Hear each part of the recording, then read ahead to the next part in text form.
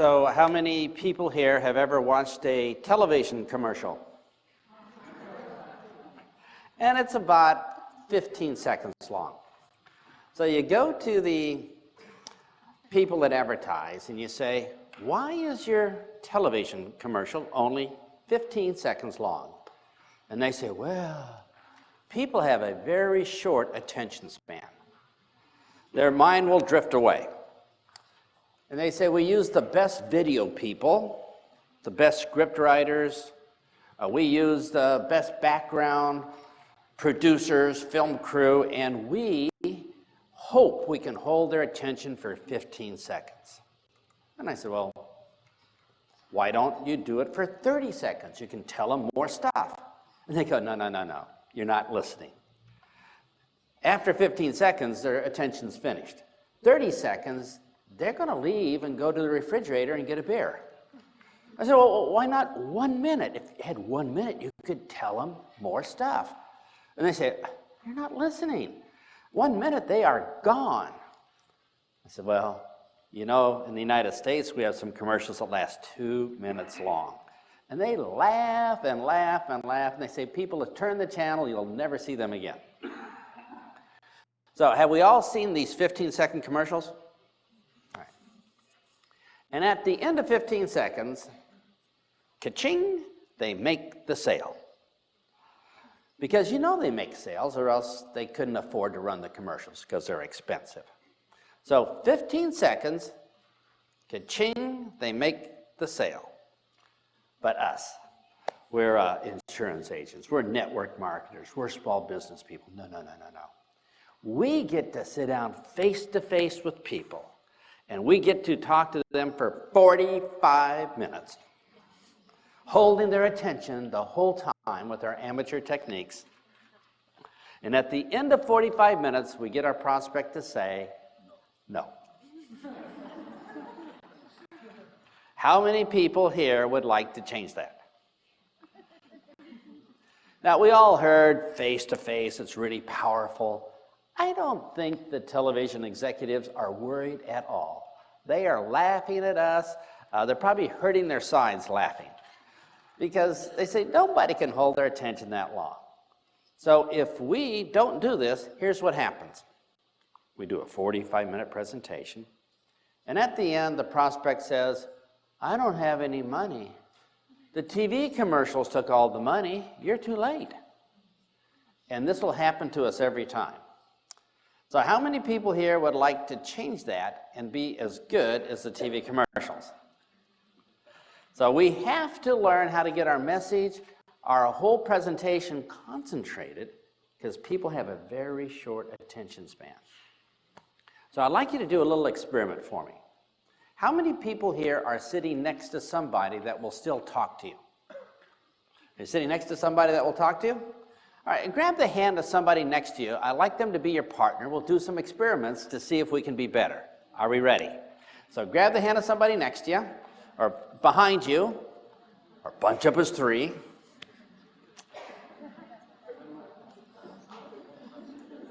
Once you've found your partner, you need to pick which one is going to be the smart partner.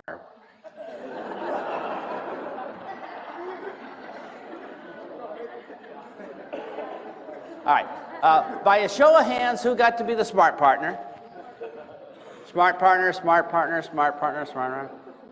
Smart partner, okay. That means the other person will have to be the good-looking partner. Now,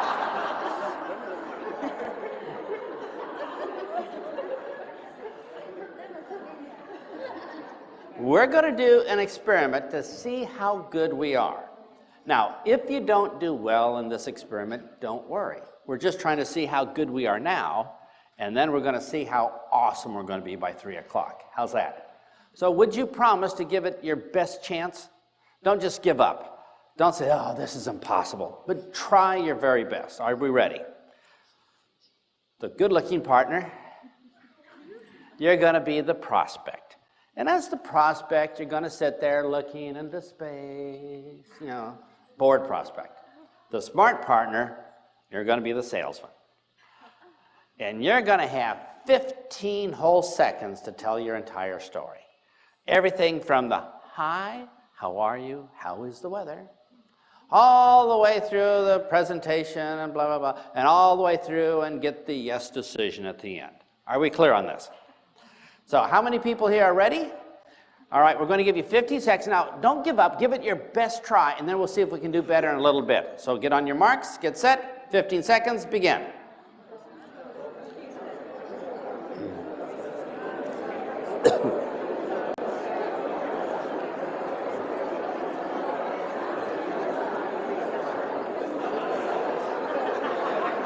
Okay, time's up. We're awesome. Wasn't that incredible?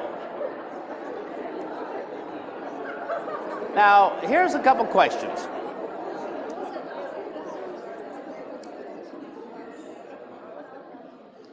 Number one, if you were the one giving the sales presentation, how did you feel? A little nervous, a little rushed, didn't know where to start, didn't know where to finish, just getting warmed up, not enough time. If you were the one giving the presentation, if you would like to do better, please raise your hand. All right. Now, if you're the one listening, to the presentation, by a show of hands, of all the people listening, how many of you think that your partner should have done a better job? You're thinking, man, that was terrible. My partner, it really messed up. As a matter of fact, you're thinking, that was so bad that I could do it better. Here's your chance. Get on your marks, get set, go.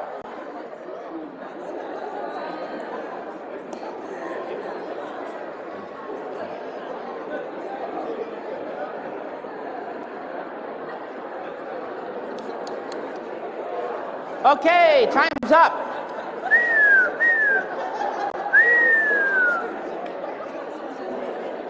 That was incredible. So here's a question.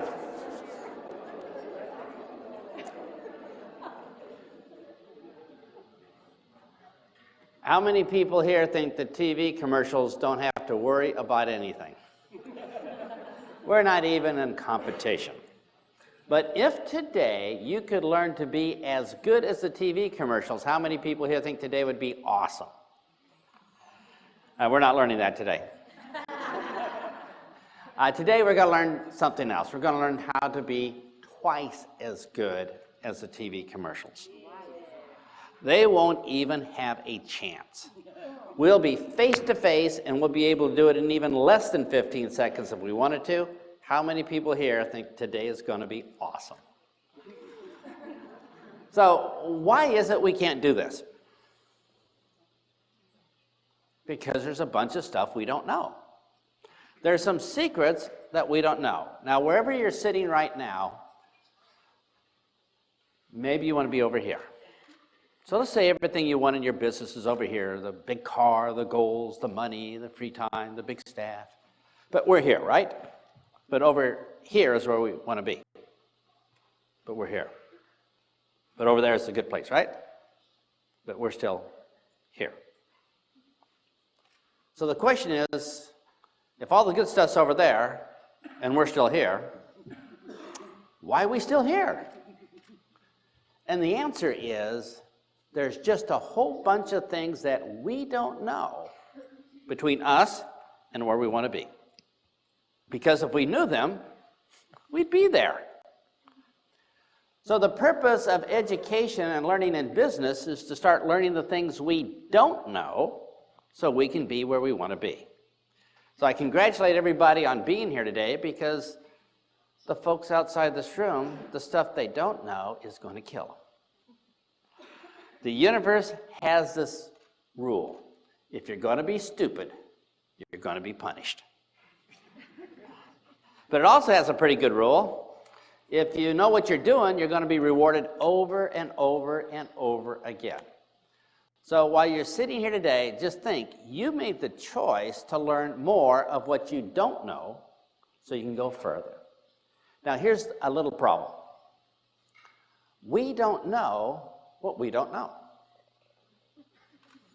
Now, if you don't know what you don't know, how are you going to find out what you don't know? Which means you'll never know what you don't know.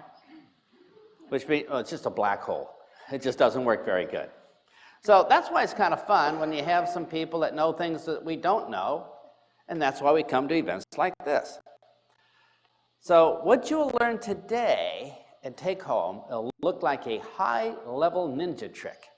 Nobody will be able to figure out what you did, but you're going to be so awesome, and you'll be laughing at every person that ever gives another sales presentation again. You're going to think that is so amateur. There's so much that they don't know. They're killing themselves. You're going to laugh till milk comes out your nose. You'll be just hurting your side. So are we ready to learn some things we don't know to make this work? All right. So we're going to do a couple little tests. If you flunk these tests, it's okay. If you flunk the test, just say, man, look how far I've come already not knowing that. And then say, look how much better it's going to be when I leave here today because I'll know it. Now, when we come into sales in our own business, there's some things we don't know. When you decide to start your own business, it doesn't give you unlimited knowledge. We have to go learn. So shall we do a couple little tests right now to find out what we don't know so we know where to start? Okay. Are you ready? I want you to imagine that somebody has joined your business, a new salesman or new distributor or a co-worker with you, and they want to know their job description. You all know what a job description is, right? If I worked at McDonald's restaurant, let's say, Mr. Big Al, when you come into work tomorrow, when the beeper goes off, take the French fries out of the hot grease, but use the handle. All right? And that would be my job description. Now, my job description is not to, just be happy, cut out pictures of a vision board. No. Hardcore job description. And that's what we need for our business. Now, the new person that comes into your business, they don't know anything. So we're going to have to give them a simple one-sentence job description. How long is one sentence in the Slovenian language? About one breath? Okay. So what I'm going to ask you to do is quickly turn to your partner and give them a simple one-sentence job description of exactly what they would have to do to get paid and be successful in your business. So you all ready? Turn to your partner. Let's begin.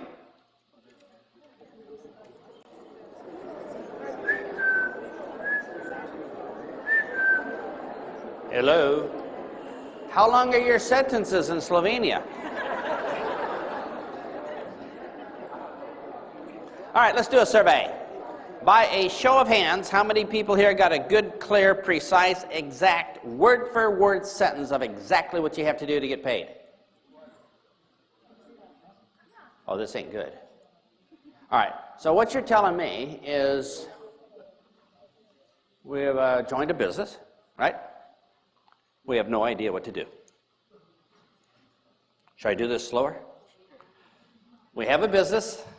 We have no idea what to do to get paid. How many people here think this could be a little frustration? All right, so should we have a job description? I'll give you one that's universal, and it makes this business so easy. You might want to write it down. To get prospects, to make a, and then in big capital letters, write the word decision. To get prospects to make a decision. And then if you could, underline the word decision and circle it. Give it little arrows. Make a shrine. Give it its own page. Our job description is to get prospects to make a decision to either join our business or be a customer. Period. Our prospect, to get prospects, to make a decision to either join our business or be a customer, depending on your business model. How many people here think that sounds pretty much like what we get paid for? So here's what I'm going to ask you to do. Turn to your partner, look him in the eyes, and say, your mission, if you choose to accept this mission, is to get prospects to make a decision to either join our business or be a customer. So you already turn to your partner right now and tell them exactly what they have to do to earn money. Let's begin.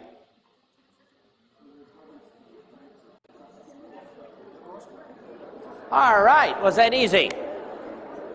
By a show of hands, how many people here know exactly what we have to do to make our business work?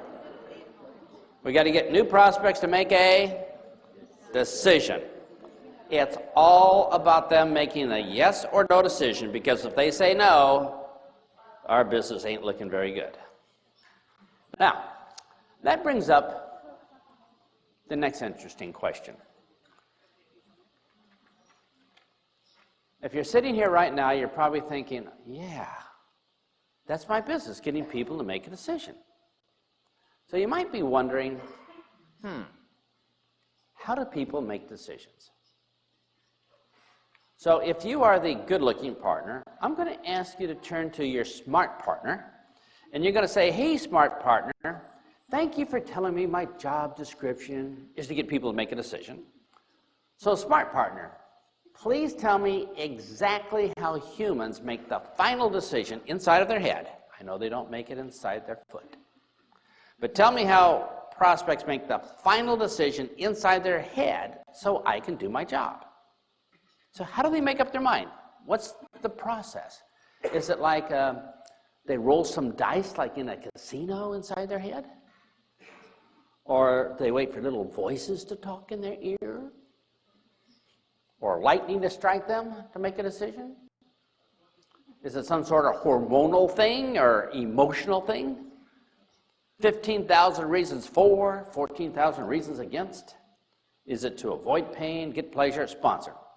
Please tell me the exact process how the human mind makes the final decision so I can do my job and get paid. Does that make sense? So let's turn to our sponsor and in 2 or 3 sentences explain exactly how that happens. Let's begin. All right, that should have been easy. This is what we do for a living, right? That should have been an easy answer. So let's do a survey. How many people here in this room got a precise, exact 2 or 3 sentence explanation of exactly how the human mind processes and makes that final decision? All right, let me stop for a moment. What we are saying is we chose a business. We had no idea what to do. And once we found out what we needed to do, we have no idea how to do it. Do you think this would hold our business back? A lot. Because even if we knew that our job was to get a decision, we have no idea how it works. How many people here think that's pretty frustrating? And we know that we don't have any idea how decisions work because we go talk to somebody, it's perfect for them, and they go, oh, I need to think it over. Oh, I don't know about this. Oh, it's not my right time. And we go home and we bang our head on the wall, and we say, what's wrong? Why didn't they say yes? It was perfect for them. They turned me down, and we become a member of the Flat Forehead Society, banging our head on the wall in frustration. How many people would like to change that today? So we have no idea how people make a decision. And this should be good news, because this would be one of the things that we don't know, that we need to know to get where we are. These tests are not going very well. Can we do one more? And I'll guarantee that probably almost everybody here will flunk this test. I flunked it too.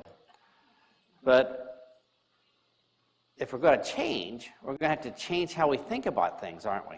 Because if we keep doing things the same way, well, we're going to end up the same. So are you ready for one more test? I'm going to ask you to write down 4 words. It's an easy test. When you and I meet a live human being, a prospect, we meet somebody, we have to do 4 basic skills. Now, some of you know that I spend my life teaching the 25 basic skills, but we only need 4 when we meet a live human being when we first do our business. Just 4.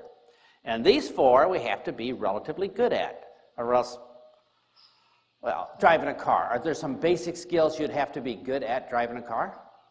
Yeah, like the clutch stops the grinding sound. Oh, that's a good skill. Brake would be important. Who would have known? Steering wheel, pointing device, excellent. There's some basic skills we need to have. So when you talk to a live human being, 4 things have to happen every time. So let's write them down. Number 1, presentation. At some point, we have to do a presentation, right? Number 2, closing. Closing, where they make that decision. We have to close the prospect. So number 2 is closing. If we don't close, we're not going to get paid. Number 3, icebreaker. Now, what an icebreaker is taking the conversation from social chit-chat, introducing our business into a social conversation in a socially acceptable way. Now, do you think new salespeople have good icebreakers? Not really. They need some training, right? There's things they don't know. So their icebreakers is, hi, how's the weather? Want to buy one of these? It's just not smooth, right? So an icebreaker is where we introduce our business or our product into a conversation. And number 4 is rapport. R-A-P-P-O-R-T. R-A-P-P-O-R-T. Now, rapport is a French word, and it means we get along, we're friendly, I believe you, I trust you, we think the same, we have lots in common, join at the hip, Vulcan, mind meld, blood brother, blood sister, walking hand in hand, common vision.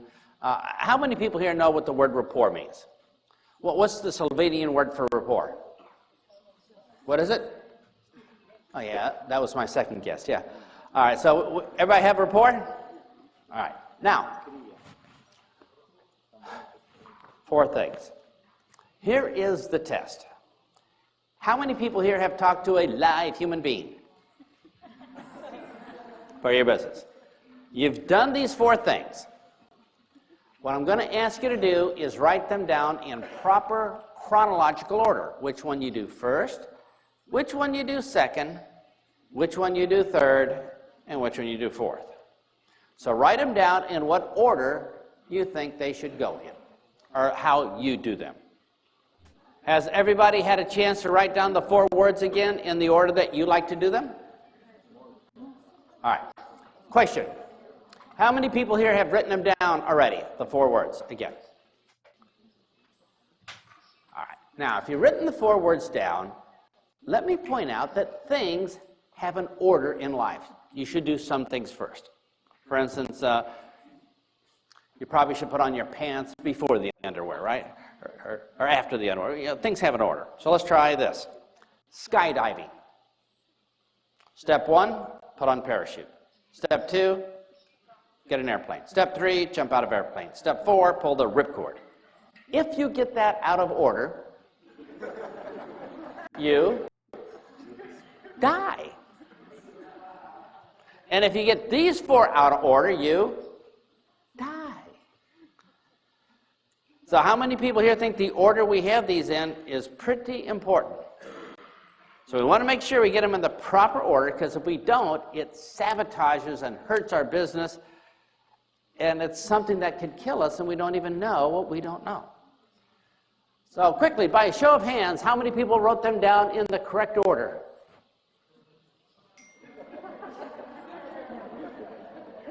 All right, so we're a little unsure about this. This is not a good sign, all right? So would you like to know what order they do come in? Before we check which order they should be in, I'm going to ask you to turn to the person on your left, right, in front of you, and behind you, and see if their order matches yours. So very quickly, check if everybody's orders match. All right. Let's check out how we did. First question. How many people here noticed that the people around you were wrong?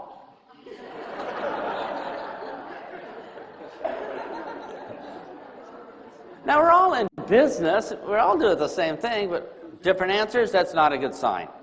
So should we find out the right answers? All right. Out of these four things, one comes first. So let's just ask the group here, what's number one? Oh, this went bad already. So number one is rapport. It's not a contest. It's not a contest, all right? Now, icebreaker's pretty good, but number one is rapport, and let me explain why. Rapport means they trust you and believe you. Do people buy from people they don't trust? Do they join things with people they don't believe? So unless you have trust and belief, you might as well just go home.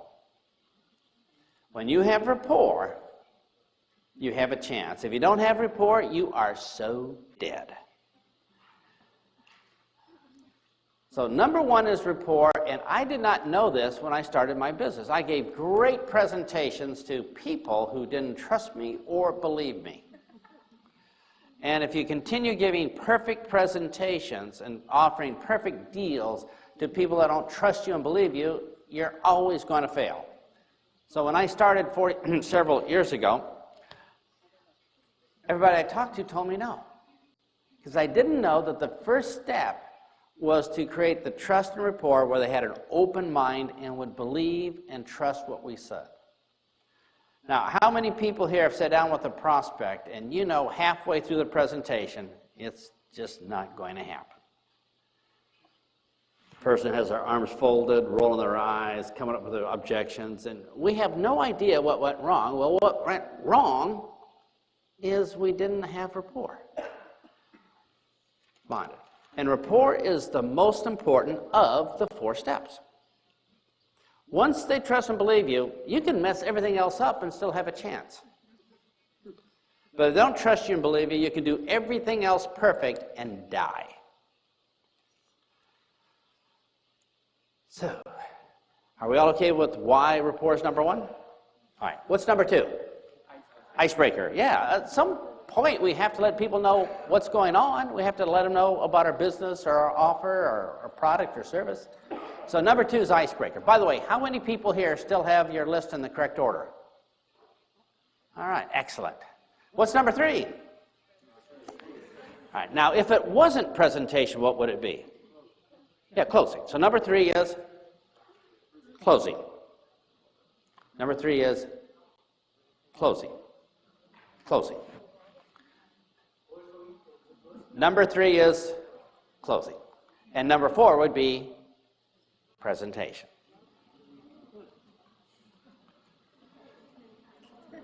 See some upset people. All right.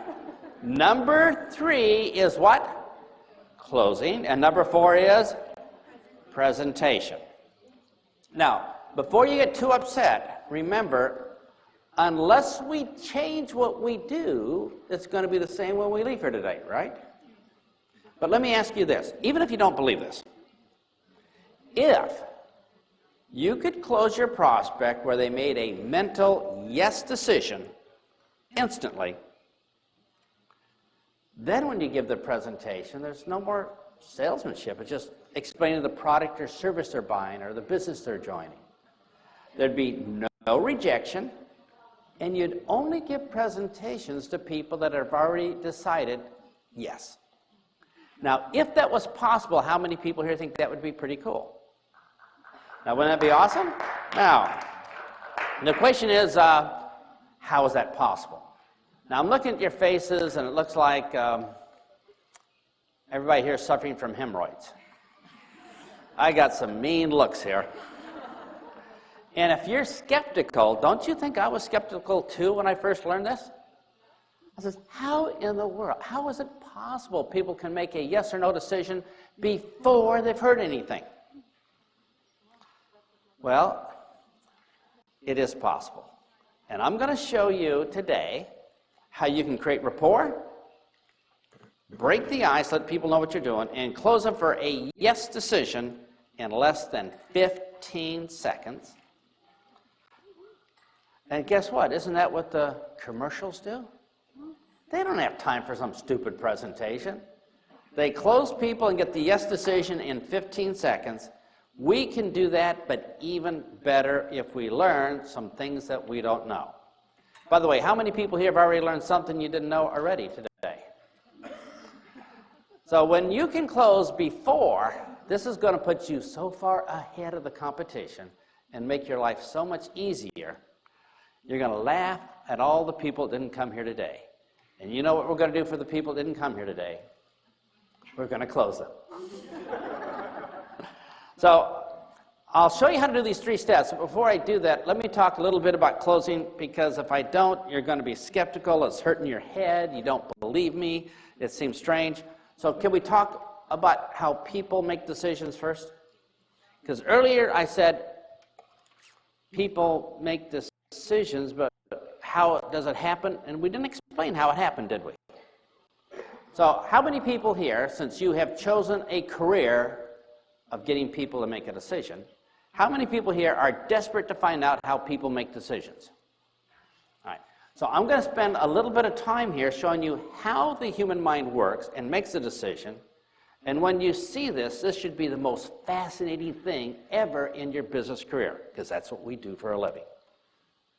You're not in the insurance business or salon business or the coupon business or the vitamin business. You're not. You're in the business of getting people to make decisions. That's our number one thing. So let's see how the human mind makes decisions. It's pretty easy to explain. Ready? First thing I'll do is show you 2 things that you and I don't know that we don't know. Because we need to know at least these 2 things to do this ninja trick today. Here's the first thing we don't know. The human mind is designed to make the final decision based upon 0 information. No information is ever used in a human making a decision. That's none. 0. No information is used in a human decision. How do you feel about that? You say, well, if that's true, I don't even need a presentation. Well, that's true, you don't. But you're a little skeptical, so let's do some case studies, and you just take a look at your personal life and figure it out. Fair enough? All right. Case study number 1. How many people here in this room would like to lose a little bit of weight? All right, pretty good. A few others should have raised their hand. Just kidding, just kidding. All right, let me tell you about us fat people. We got the information. We have books, CDs, vitamin pills, protein shakes. We have exercise places. We've been preached to. We've been lectured to. Every fat person in the universe got the information. Ask any fat person in the universe, how do you lose weight? They're going to say 2 things. Number 1 is eat less food. And number 2 is exercise more. Every fat person in the universe got the information. So if people made decisions on information, well, of course, that would mean there'd be no fat people. But are there fat people?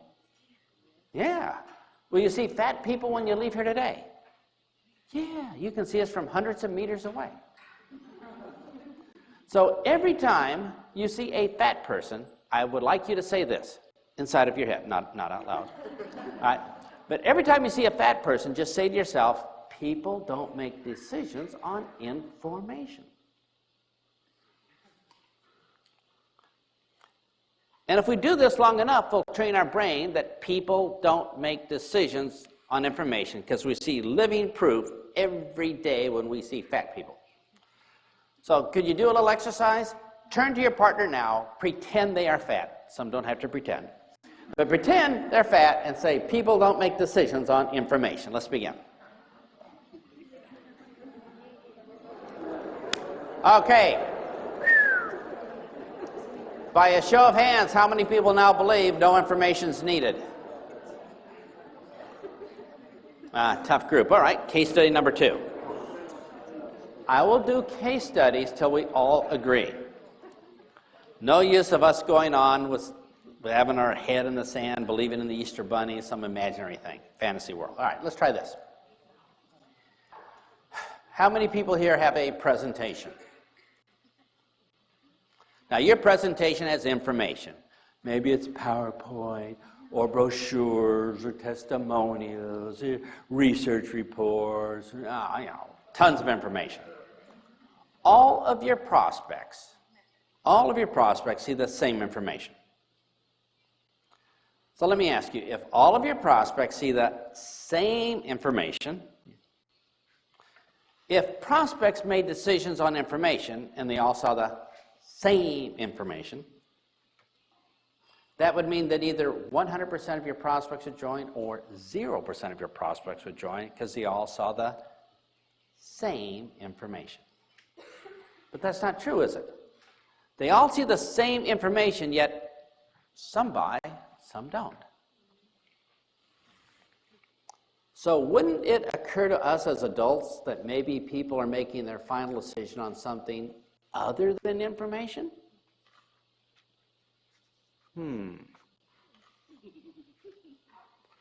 By a show of hands, how many people now believe that no information is needed in a human making decision? Okay. Case study number 3. You sit down with a prospect. From the moment you sit down, the prospect folds their arms, lean back. Have they made a decision? What was their decision? And how much information do they have? We've all seen it, haven't we? On no information, they have made a no decision from the moment we sat down. So I'm going to ask you again, and remember I can hold out longer than you. By a show of hands, how many people here now realize that no information is used in a human making decision? All right. So think about it. We see this all the time. You invite somebody to a presentation or to an appointment, and they don't show up. Has that happened to anybody here? Have they made a decision? And how much information? No. We see this all the time. And if they do show up, that means they've already made a decision not to have dinner with their family or watch TV or relax or work. They made a decision to come down and buy or join. By a show of hands, how many people now understand 100% that people make their final decision based upon 0 information? Now, this is disturbing. I don't like it. You don't like it. I don't think we ever will like it. It's just the way it works. So the first thing we didn't know is no information is needed to get a decision. Would you like to learn the second thing we don't know about decisions that's going to make us rich? Number 2. You and I give a presentation to somebody, 45 minutes long. At the end of the presentation, we look at them, they look at us, we look at them, we look at us. Nobody's talking. What do we say? And this is the moment where we get humiliated, rejected, embarrassed. People talk about us, walk on the other side of the street, make fun of us by the coffee machine. We hate this moment. How many people here besides me hate that moment where you have to get that close at the very end? All right. Now, the reason we hate that moment is we don't know what we don't know. We're not even asking the right question. Because you're thinking, oh, what do I say? Well, that's not the right question. The right question is, did they really make their final decision at the 45-minute mark when we finished? What if they made their decision at the 38-minute mark or the 21-minute mark? Should we find out when people make their final decision? Let's take a look. Now, I won't even tell you. I'll just let you figure it out based upon your own life. Are we ready? Case study number 1. Let me talk to the ladies here. Ladies, you know who you are. Now, ladies, have you ever seen a man with a remote control in front of a TV? Channel surfing, click, click, click, click, click, click, click, click, click, click, click, click, click, click, click, drives you crazy. You look at that and say, men are so stupid. Men make their final decision to watch that channel before they've even seen the presentation information. They just click and make the decision. Click, click, click, click, click. Ladies, you look at men and you say, men are so stupid. And men, we have no defense on this. So men, I know you feel bad about this, so let's talk about the ladies. Ladies, how many ladies here have ever been to a shoe store? You've heard about these things. So you go down to a shoe store, you stick your head inside the shoe store, 1,000 pairs of shoes up on the wall. But next door is a shoe store with a 95% off sale. How long is your head in the first shoe store? Just like that, you made your final decision on 1,000 pairs of shoes, boom, to go over to the store with 95% off. Now, let me ask the ladies. Is that what happens? Yeah. Or no, maybe this happens. No, you say, no, I'm different. I go into the shoe store and I say to the salesman, please show me pair of shoes number 1 out of 1,000. And they bring it to me and they do a full presentation. Oh, these shoes are from Italy. They're Italian, made by a little old shoemaker. He lived up in the mountains. His son had a crutch. And they cut the hide out of the cow humanely and kind of sewed up the cow and apologized. And they partnered with a buckle factory, and it's the finest buckle factory ever in the... Is that how you make up your mind about shoes? No. Ladies, you look at a pair of shoes and you say, oh man, those shoes are orange. Halloween's coming up, a little bit overweight. I'll look like a pumpkin. No, no, no. And just like that, we make a decision, no, before hardly any information or presentation. How many people here have ever seen a video on YouTube? How many seconds into the video before you've made your final decision to watch it or not? 10 seconds, 5 seconds, 2 seconds. In just a couple seconds, we make our final decision whether to watch that video before we've even seen the video. How many people here have ever eaten at a restaurant? Half. Okay. But made the decision to go inside that restaurant and eat many times before you've even seen the menu. So in that case, we've made the decision before the information. How many people here have ordered something off the menu before you had all the information? Oh, were the vegetables organically grown? Did the chicken have a happy life before they killed it?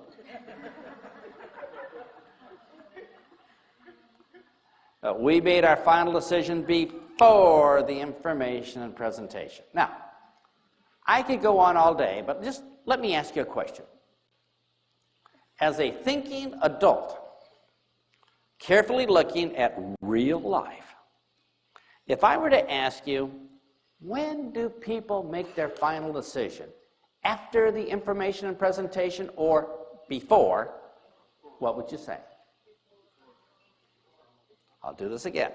When do humans make their final decision? After the information presentation or before? Before. And that's why it's number 3 on the list. Are we all okay with that now? Do we have that problem out of our mind? The reason closing is number 3 on the list is because it happens before the presentation. So my question to you is, if people make their final decision before the presentation, when would be a good time to close? Before the presentation. And this is what's going to make every person here in this room different when we leave, different than everybody else doing it wrong. And that's why you come to events like this, because then we can get closer by finding out the stuff we don't know. How many people here besides me are shocked that people make decisions on no information before they've even seen stuff? That's crazy, isn't it? But let me show you about your business. You sit down with a prospect. Let's see how soon they make that decision. Did anybody here ever get a telephone call from a salesman? How many seconds into the conversation before you made your final decision of that salesman? Like that. Now, if you make your final decision to a salesman on the phone, like that, before the presentation, if that's what you do to salespeople, do you think other people would do that to us?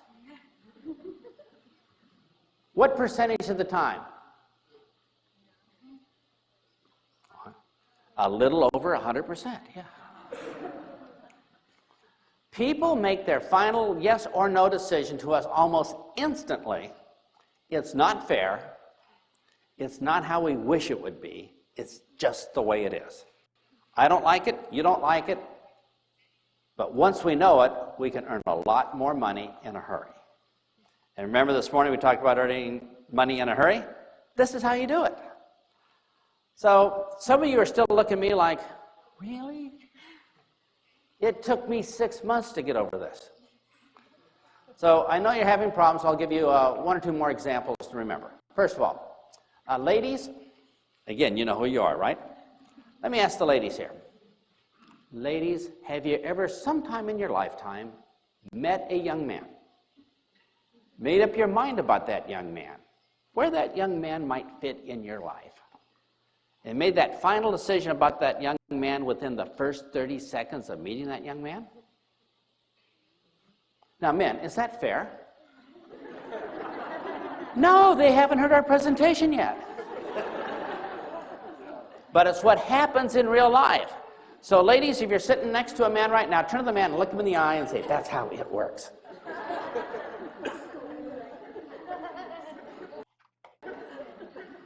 Are we all okay with that?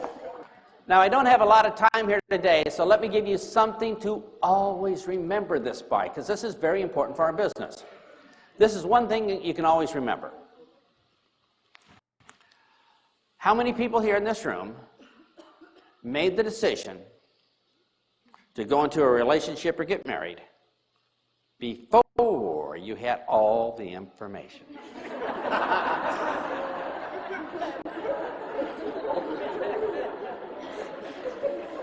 Just let me know when I've gone too far.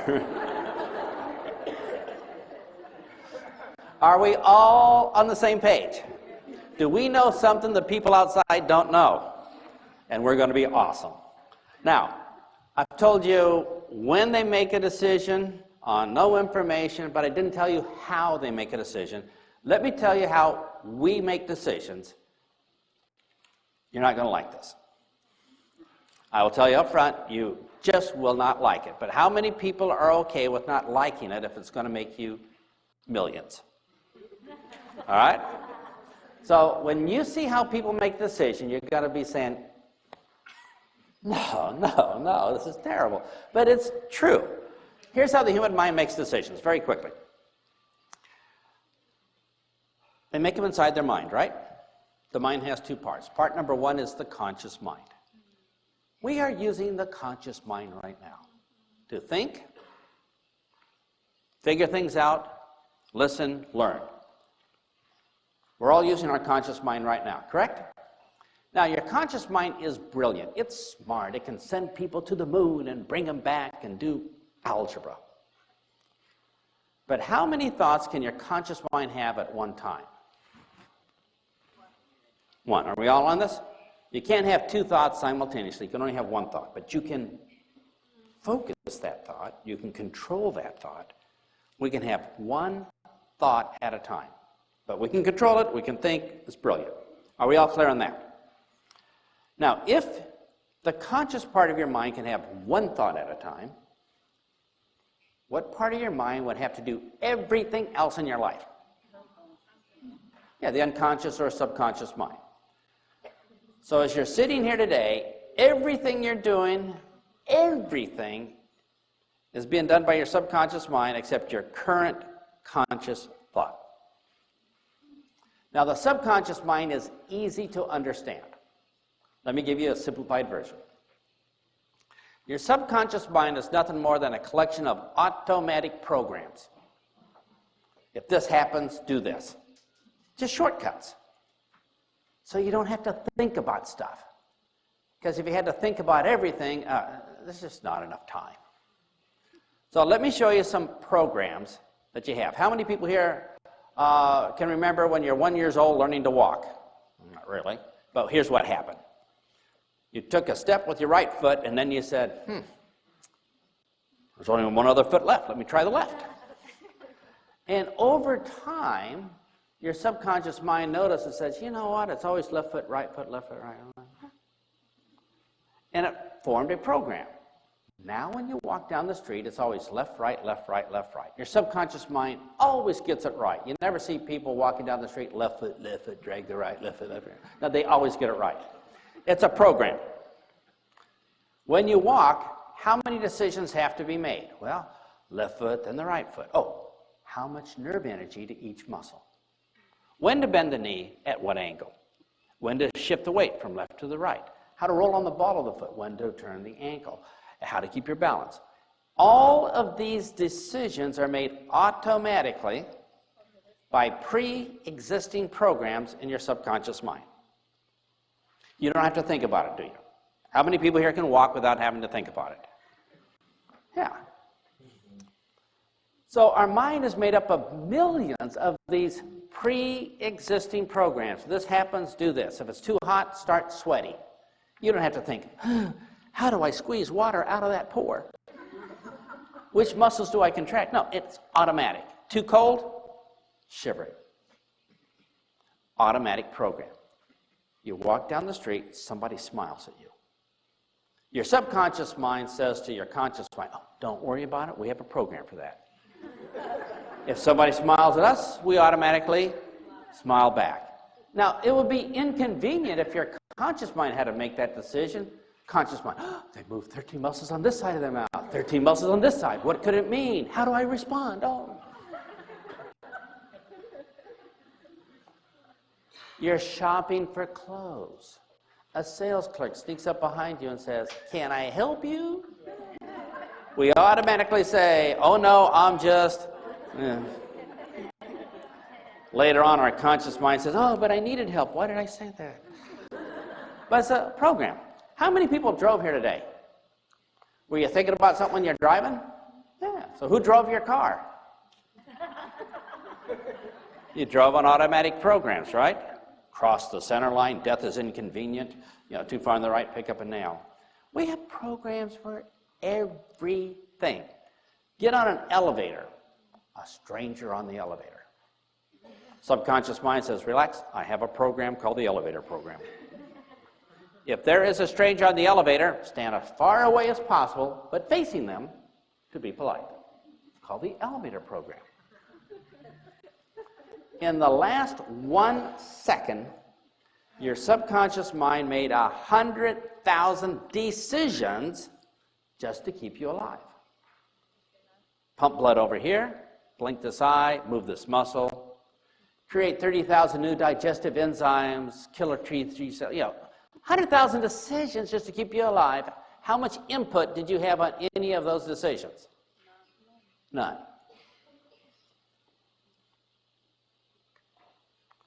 Because you can only have one thought at a time. And the reason our mind is set up like this is so we don't die. If you had to think about everything, oh, it would be ugly. Would you like to see what would happen if you had to think about decisions? Watch this. Oh, look, there's a cup on the floor. And a bottle, it's kind of a blue carpet. He has brown shoes there, but he has a pad of paper there. I heard a noise outside. That's probably not going to kill me. Oh, forgot to make my heart beat again. Which ventricle do I open first? Oh, man, I almost die. Oh, breathing. And we would die. There's no way we could make all those decisions. So it's good we have automatic programs. Is that true? Here's a question. If your conscious mind can have one stupid little thought, and your subconscious mind is making thousands of decisions every second, what part of the mind do you think the decision-making part lies? Are we on this? What part of the mind would make all the decisions? Based upon automatic programs. So here's the deal. All decisions are made by the subconscious mind based upon pre-existing programs. No thinking involved, no information to the conscious mind, and any time you spend any time talking to the conscious mind with information, slap your hands. That's not our business. Our business is to get decisions. Let me give you an example of how quick the subconscious mind makes decisions. What if I were to say Croatia? Instantly, the back of your mind says, oh, we have a program, how we think about that, right?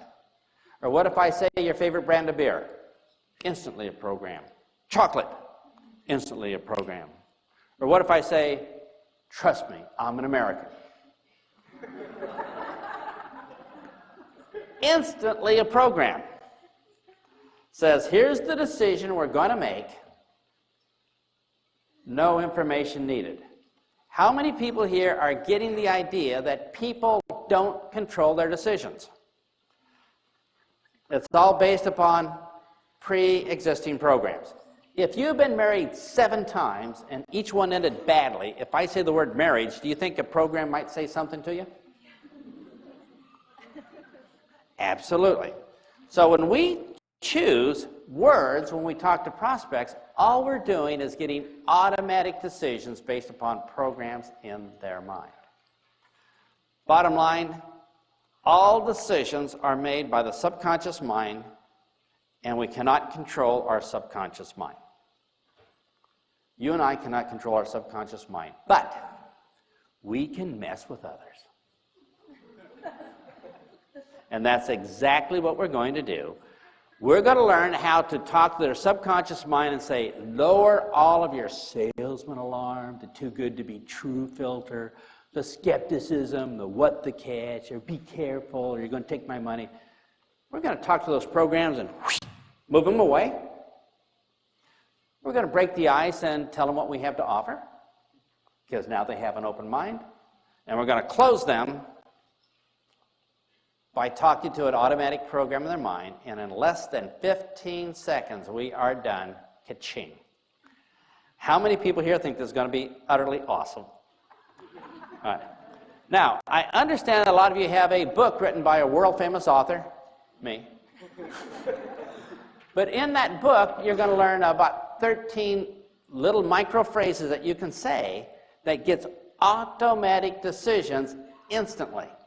So when you read it, it's going to be a fascinating book. It's my favorite. I've written, I don't know, 16, 20 books, something like that.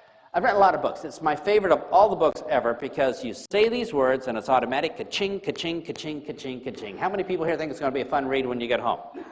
So I'm going to take just 1 or 2 examples of some words out of this book. We're going to put it together and make us awesome. So are we all okay that closing is number 3? That presentation has nothing to do with it. And we only give a presentation that people have made a yes decision. So it's going to save a lot of time. And it'll be fun. No more rejection. We can control their decisions. And people say, are you telling me I can control other people's minds? Yeah. They're not using it, and we can do a better job. And that's what we're going to do. Open up their mind, icebreaker, show them what we have that's going to benefit them. They're going to say, well, it makes sense. It benefits me. Close, and we're done. 15 seconds. So are we ready to start doing this? All right.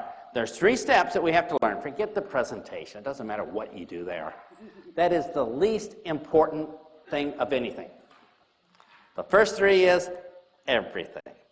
So we're going to spend a little bit on rapport first. We'll have a break, and we'll do the other 2, and I'll show you how to do a presentation with 21 words. How's that?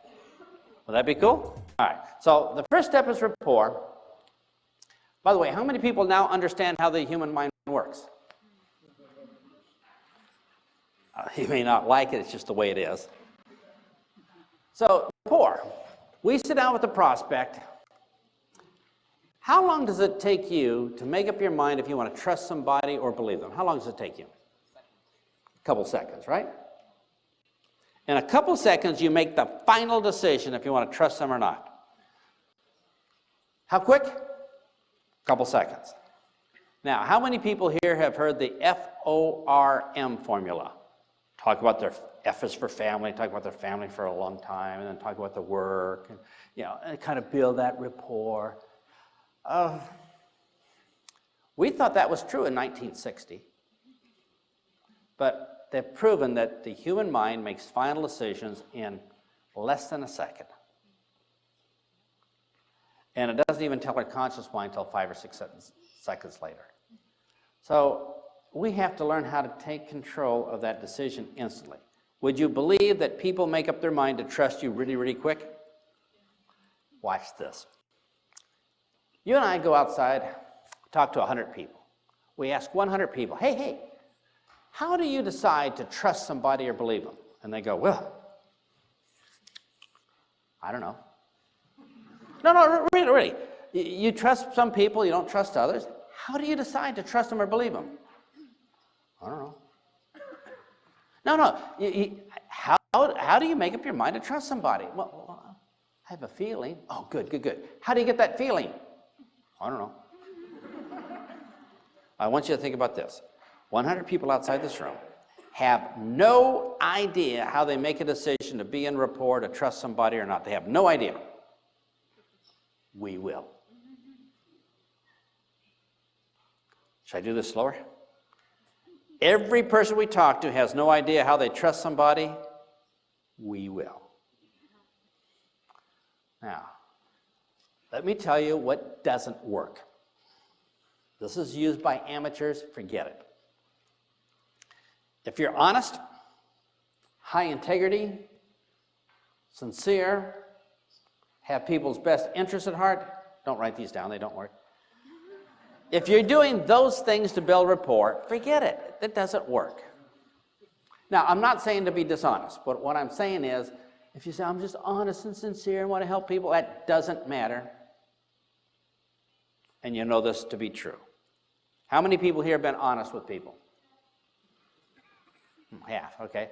How many people here have high integrity?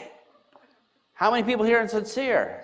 Have their best interests at heart? And how many people here have noticed that people don't trust you and believe you until you know? So we know that doesn't work.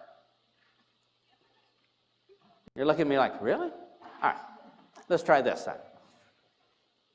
Do you have con men? Yeah, politicians, all right? Con men and politicians, are they honest? Sincere? Best interest at heart? No, but they are able to get honest, hardworking people to give them all their money in 15 seconds.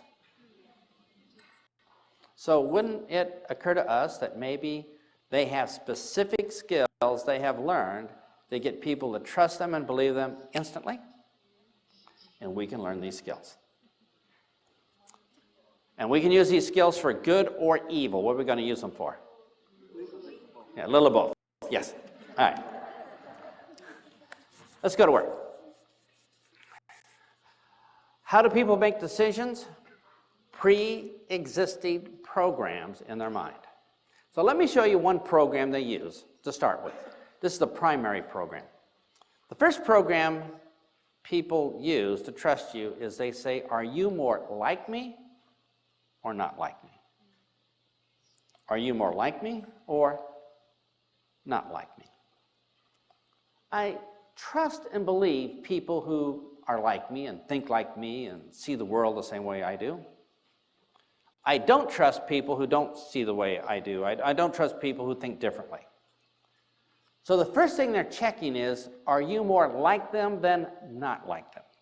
Now, they don't know this. The back of the mind just gives them the decision. But the back of the mind says, are you more like me or not? And this is why we normally want to trust people of the same religion, the same political party, from the same ethnic background, from the same city, from the same sports team, the same brand of beer, the same shopping habits. We tend to trust people who are more like us than different. Does that make sense for everybody? Let me give you an example. You go to China, 1 billion Chinese people around you. You meet somebody from Slovenia. Instant rapport. Instant trust because they're more like you than everybody else in Slovenia. Even though you don't know them, instant rapport. So the first thing they look for is, are you more like me than not like me? How do we signal this to their brain, the part that makes a decision, and here's how we do it. All we have to do is tell them one fact in the known universe that they believe and we believe. One fact that they believe and we believe, and the back of their mind goes, oh, yeah. You think like I do. So let me give you an example. I talked to a lady here earlier. She sells coupons. So she might just start off her conversation by saying, we all like to save money. What are they thinking? Oh, yeah. Wasn't so hard, right? What if I sold life insurance? Well, I might say, everybody eventually dies. Oh, yeah. Or I could say, we hate life insurance because it's so expensive. Oh, yeah. Somebody here sells online education. You might say, we want to know more, but going to a university at night is just too much hassle. Oh, you're right. You read my mind. You're a mind reader. If I sold vitamins, I might say, you know, dying early is so inconvenient. If I sold skincare, I might say, we all hate wrinkles. We hate laying in bed at night listening to our skin wrinkle. How many people here can think of one fact about your business, your opportunity? It could be as simple as, we all like to save money. Or we all like to have more money. Or the government won't take care of us when we retire. Oh, that's true. Or we all would like to quit work early. Or we all would like to save money on our heating bill. Or we all want to take care of our family.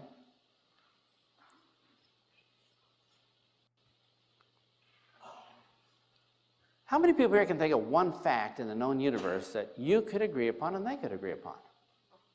Simple as that. Now, are there political parties here in Slovenia? What are the two most popular political parties? The left and the right. That's pretty imaginative. So, think about it this way. You're outside and you meet a stranger. If you want to create rapport, you're going to pick one fact that you're going to say, they're probably going to agree with almost 100% of the time. You wouldn't do this. You wouldn't stand out in the corner and say, hey, how about those people from the left? 50-50 chance. That's not so good, is it? You're going to pick one fact that they agree upon, and I agree on. You look at me and you sold diet products. You might say to me, losing weight is so difficult. Oh, yeah. And especially hard if you're big boned. Oh, yeah, I'm big boned. And, you know, it's triple hard if you have a metabolism problem. Oh, that's me, yeah. And we don't have time to exercise. Oh, I love you, man. With each fact you tell them, you go deeper and deeper into rapport. So after a couple of facts, they're thinking, oh, you're a mind reader. You and I think the same. You have Vulcan mind-reading powers I can only aspire to. You and I are one. By talking to people with some facts that they believe and we believe, we create instant and immediate rapport. How many people here can think of one fact in the known universe that you could tell somebody next to you? It could be something as simple as our butts hurt from sitting here so long. Or it could be, Well, I don't know. Turn to your partner right now and tell them one fact in the known universe that you believe and they believe. Let's begin.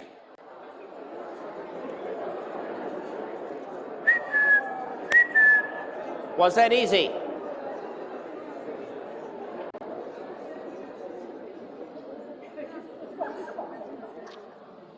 Step 2. Tell people 2 facts, and you'll put them into a deep hypnotic trance. Their mind is so busy. They say, oh, 2 facts, both are true. That's always going to be true over there. Let me put my mind power somewhere else. 2 facts, and you're in. How many insurance people are there? All right, a lot of insurance people. Let's pick on them. All right, for an insurance, you might say, we all need life insurance, but it's so expensive. And people said, you read my mind. You understand me. I can believe you. I can trust you. We think the same. What other kind of businesses do we have here? That was it? E-learning. All right? We all want to learn new things, but we just don't have time to enroll in a college. Yeah. Or learning new things is fun, especially if we can do it from the comfort of our home. Or we all want to learn new things, but we just don't have time to commute to a college. What else we have? Consulting. We all want bigger profits, right? But we don't want to hire a full-time employee to make it happen. Temporary consultant. What else we have? Travel. Do people in Slovenia like to travel? Yeah, all right, so travel, you might say, we all would like to take better vacations because it's so hard staying with our mother-in-law in her apartment with her 32 cats. Is what? Accountant. Accounting is boring. And we all wish somebody else would do it for them. It's not hard. How many people here can think of 2 facts? Turn to your partner right now and tell them 2 facts about your business. Let's begin. 2 facts. All right, let's move on quickly. Number 3. The third way, yes? E-commerce. E-commerce, do you sell stuff on the internet? Let's try this. Christmas shopping is hard, especially if you have to fight to find a parking place at the mall. Or we all like good deals, and we know we get them on the internet better than at the stores. E-commerce is easy. All these are easy, right? Step 3, to build rapport, to get people to trust you, there are some hardwired programs in the human mind. Would you like to see another hardwired program? Babies, 6 weeks old, lay on their back, they can't even roll over. 6 weeks old, they look up, they see an adult. How do babies know which adult to trust? What does the adult do? They smile. And at 6 weeks old, the baby can already do this. Respond by smiling back. It's a hardwired program in our mind that if somebody smiles, they can be trusted. Now, this is the stupidest program ever given to humans. It is totally not true. But as far as our mind is concerned, if you smile, you can be trusted. And what I'm saying is, if you smile, your rapport goes way up. And what I'm also saying is, if you don't smile, get a government job, because business is going to be pretty hard. How many people here know how to smile? Well, you need some help. Now, you've seen somebody who's a total airhead with $1 million smile succeed, and you say, well, how is it possible? They can't remember anything. They get mixed up. They just don't, because they have a smile. Now, most of us are not born with a €1 million smile, but we can learn to smile. For those of you that are having difficulty at the moment, let me explain how to smile.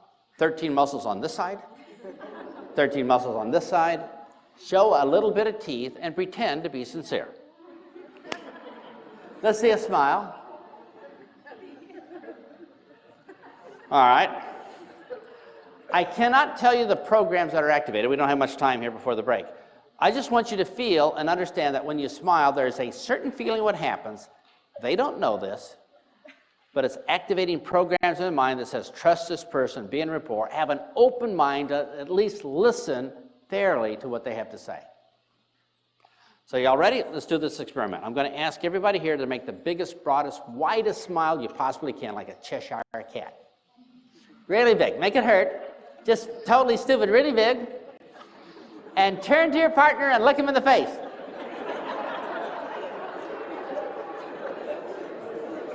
Okay, was that pleasant? How many people here felt something? Now, we don't exactly know what it is. We don't really need to. All we need to know is when you smile, your chances go way, way up. Now, let me show you something that is almost illegal. You can create rapport with almost any human being with a fact, another fact, and a smile. Put all three together, they virtually have no chance. Would you like to see how that works? What I will do, I'll do a fact, I'll do another fact, and smile. I'll do my example, then it's your turn. Can you all think of your two facts and give it a try? Now, I'll do this for the insurance people. I'll do a fact, fact, smile, and then it's your turn. Would you like to see it? All right. We all need life insurance, but it's awfully expensive. Creepy, right? Everybody ready? Give it a try. Fact, fact, smile. Turn to your partner. Okay, slightly exaggerated. But here's what I want you to consider. You can go to a party with 100 people. If you don't know how to build rapport, and you're a little bit shy, you're at the party, oh, I don't want to talk to them. They might say no. They're kind of busy. I don't know how to... And you leave the party with no prospects. If you go to a networking event, it's the exact same thing if we don't know what to say. However, how many people here believe that you can go to a party or a networking event and using a fact and a fact and a smile could probably create rapport with all 100 people there instantly in less than an hour? How many people here believe that's possible? And that's a little bit how rapport works, but this is all low-level stuff. When we come back from break, I'm going to give you some word commands to command the back of their mind to believe you and trust you right away. Would that make it even easier? But I just wanted to show that even simple low-level techniques like this are so much better than the people out there that just kind of hope and wish something happens. When we build rapport, this first step, everything else is downhill. It's easy from there, because rapport means they open up their mind. They're going to hear what we have to offer fairly. That's all we ask. If it's going to serve them, the decision's automatic. But if we don't open up their mind and they have prejudices, then it's so hard, and we're doing presentations. We've already lost. We have no idea what's going on. But during break, how many people here can use a fact, or a smile, just as a little bit of practice? So we're going to take just a very, very short break. We're going to turn it over to Les for how long. When we come back, we're going to learn some word commands to make rapport work. We're going to learn how to break the ice. We're going to learn how to close them instantly. And then when we have enough time, I'll show you 21 words to do any presentation you want on demand. So, unless you need... Come. Well, let's go back to work.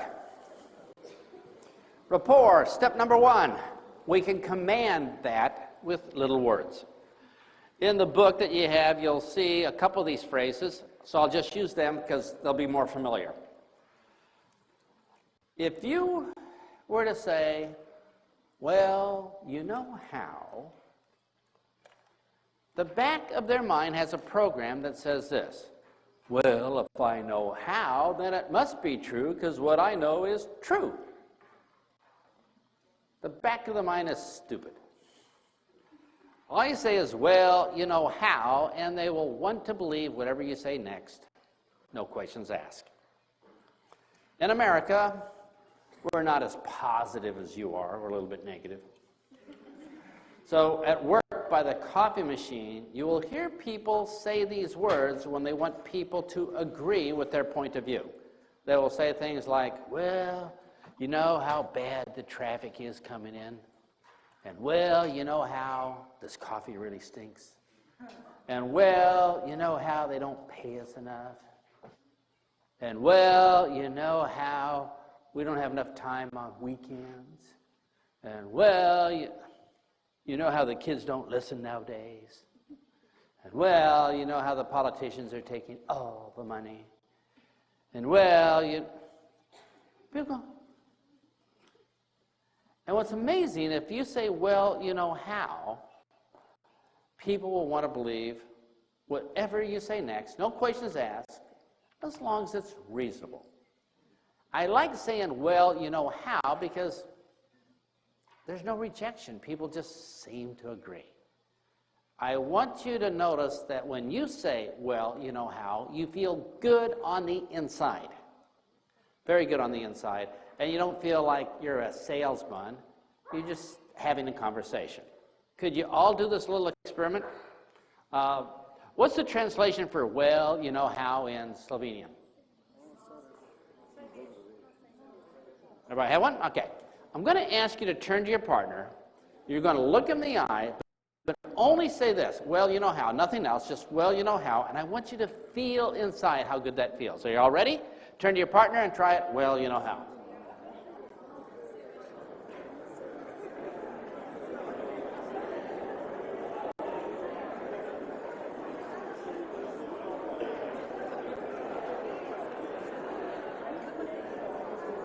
Okay, let's see how we did.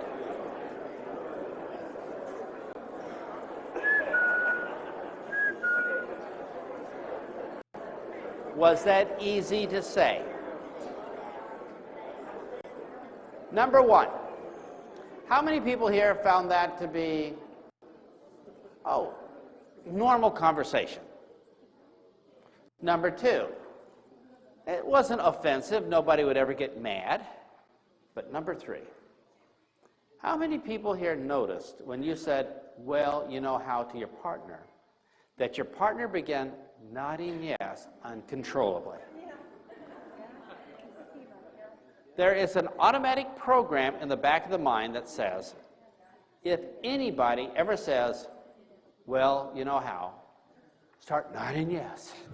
Agree with whatever they say next, even though you don't even know what it's going to be. Number four, how many people here noticed that your partner was smiling? The automatic program in your prospect's mind says if anybody says, well, you know how, start nodding yes, agree, smile. Total 100% rapport from those little words. So when you say, well, you know how, in front of a fact, it's even more powerful.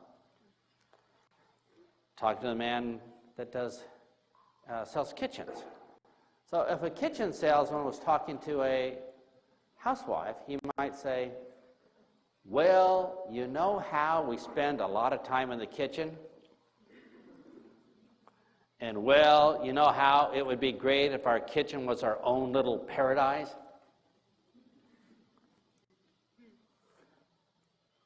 How easy was that? E-learning. Well, you know how we have to learn more if we're going to earn more? Well, you know how we don't have time to get babysitters and go to a college? Well, you know how it would be great if we could learn at home in front of our computer? Well, how many people here think that you could say, well, you know how, in front of a fact, and people would be in instant rapport? So how many people here could think of a fact that you could say? For the insurance people, well, you know how we hate paying life insurance premiums? Oh, yeah. Or, well, you know how saving for retirement is difficult? Oh, yeah. Well, you know how the government is not going to take care of us? Oh, that's right. They're just going to steal from us. Well, you know, it's so easy for people to say, you and I, the same. I can open up my mind, and now I can hear what you have to offer fairly. So the first one is, well, you know how. So turn to your partner right now and say a well, you know how with one of your facts, just to see how it feels. Let's begin.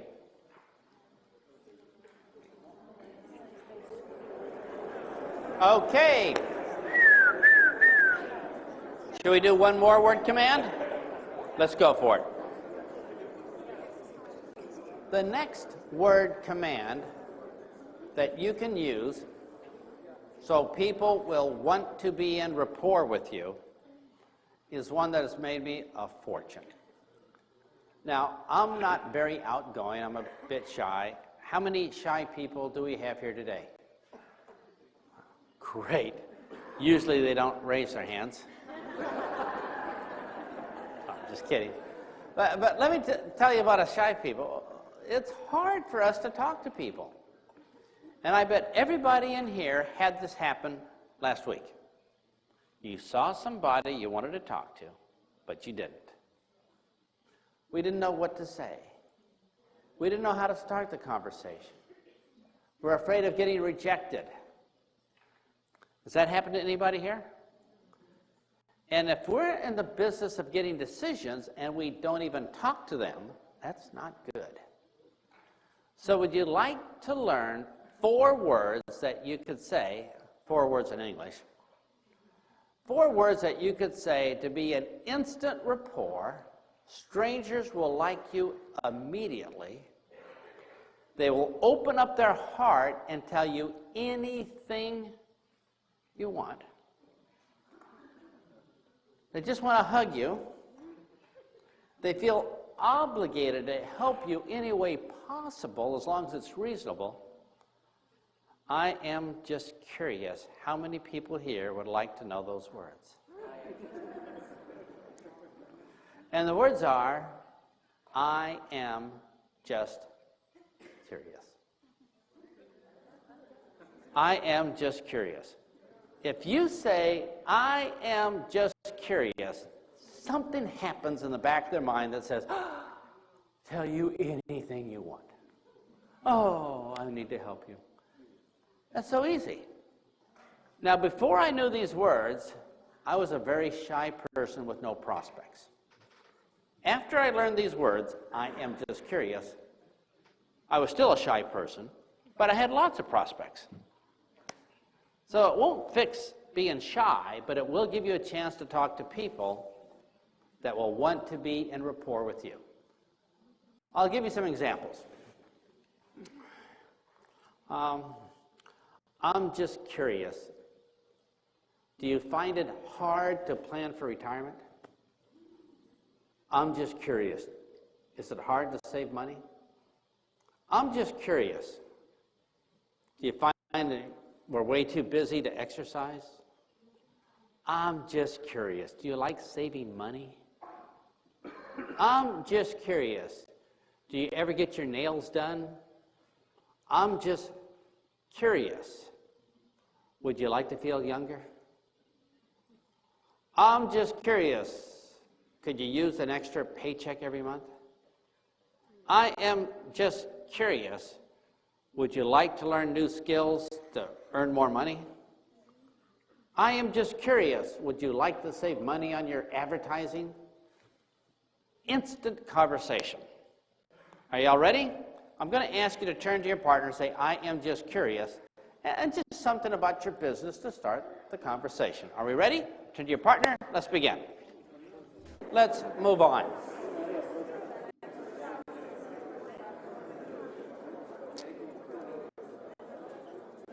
I am just curious. How many people here think we know more about rapport than almost everybody else in Slovenia? Yeah, easy, isn't it? So we have enough about rapport. You'll learn more in the book, but this is enough for us to be awesome. So if rapport is step number 1, what is step number 2 in the conversation? Icebreaker. Now, icebreaker means at some moment we have to break the ice and just let them know what we're doing in a socially acceptable way where we don't get rejected and we don't set off salesman alarms. Now, I will give you a couple of icebreakers. We're only going to use one at a time, but let's just start with this. How many people here have ever talked to somebody, but nobody was listening? Yeah. So we can get people to stop what they're thinking and listen to us, we have a chance. If we can't get people to stop what they're thinking and they only have one thought at a time, then we're in trouble. So maybe the first order of business when we're talking to people, if they look distracted, we're going to have to use words that freeze their mind. We're going to bring their mind to a complete stop. They're going to forget all the drama in their life. You know, who fed the dog? What's on TV? Are you a salesman? Should I be, careful? Just remove all that. We want to freeze their mind so they can hear the good stuff we have. So you can freeze and take control of another person's mind instantly, on demand, anytime you want. By the way, how many people are happy that you can take control of another person's mind? Now, some of you think, oh, I don't know. Well, they're not using their mind. We can do a better job. So we're going to take control of their mind, freeze it, make them forget whatever they're thinking about, and they're going to totally focus on the good things we're about to say, like a puppy dog waiting for a treat. If you could do that, would that make today worthwhile? So let's learn how to take command, and you can do it with 9 words, 7 words, 5 words. We'll use 4 words today because we don't have a lot of time. And you'll find more when you study when you go home. But just as little as 4 words, you can take control of their mind. It's hard to believe. I was skeptical too. Now, I just found out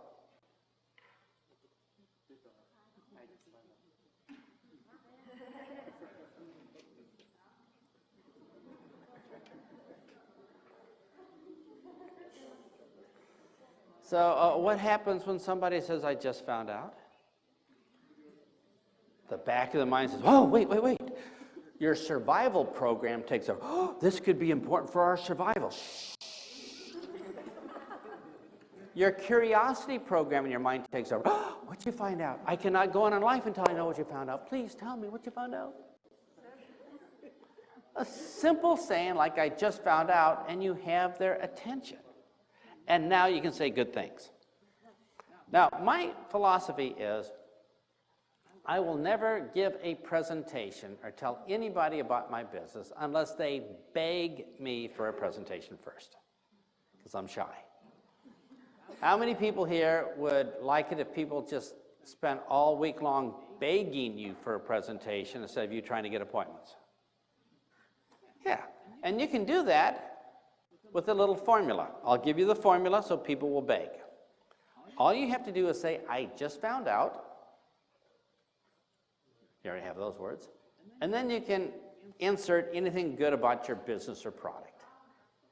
And when you put a benefit in about your business or product, the natural reaction is, how? Tell me more. Give me a presentation. Now, let me demonstrate that. I just found out how your kitchen can make you feel great every day of your life. Oh, how? I just found out how you can get a discount every time you have your nails done or get a massage. How? I just found out how you can get the government to help pay for your insurance premiums. How? I just found out how you can save for retirement and get insurance at the same time. How? I just found out how you can learn quicker from the comfort of your home instead of going to a college. How? I just found out how you can become a great business person just by playing a little game. How? Tell me more. I just found out how you can have more energy in the afternoon than your hyperactive children. How? I just found out how we can make our skin look so young, we won't even be able to buy alcohol any longer.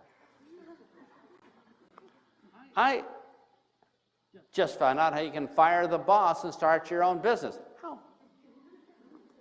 I just found out how you can get your customers to bring more customers into your business. How? By saying I just found out something good about your business, they want to hear a presentation and they say how.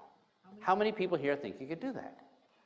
So simply turn to your partner right now and just say, I just found out something, and see how it works. Let's give it a try. Let's begin.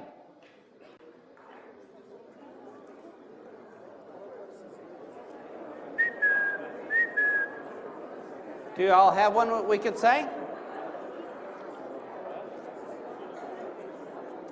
Now, for everybody here, you can break the ice by saying, I just found out, and people will listen. But some of you are thinking, oh, is that the only words I could say? No. You say, well, I've been doing this a long time. I can't say I just found out. All right, let me give you some more words. There's plenty in the book, just substitute, but let me give you another phrase called most people.